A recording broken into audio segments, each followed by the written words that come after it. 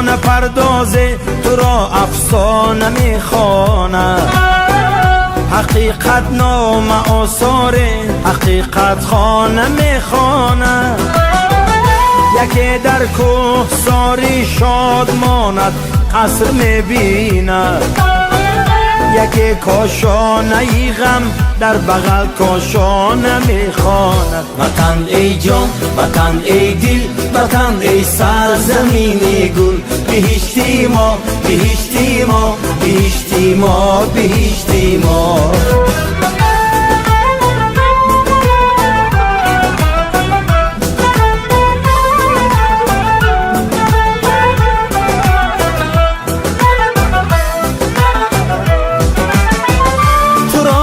سر نوشتی خش می بالند و می نالند. یکی آباد می سازد یکی ویران نمی خواند.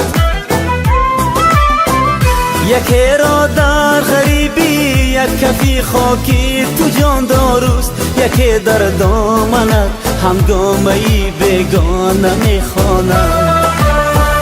وطن ای جان، وطن ای دل، وطن ای سرزمین گل. بهشتی ما، بهشتی ما، بهشتی ما، بهشتی ما.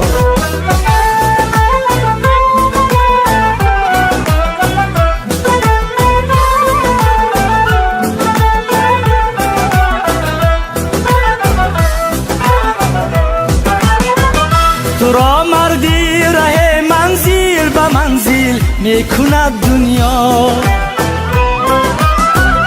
هوس پیمانه یک گردشی پیمانه میخواند. حبیب می سرایت شاه بیتی شاه راحت را. حدیث تن چشم حسرتی گرگانه میخواند.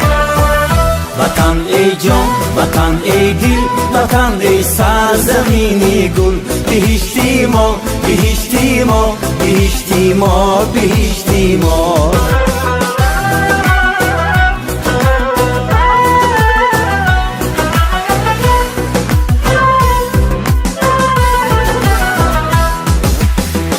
محل باز ذکری نظر صد پارت خانه.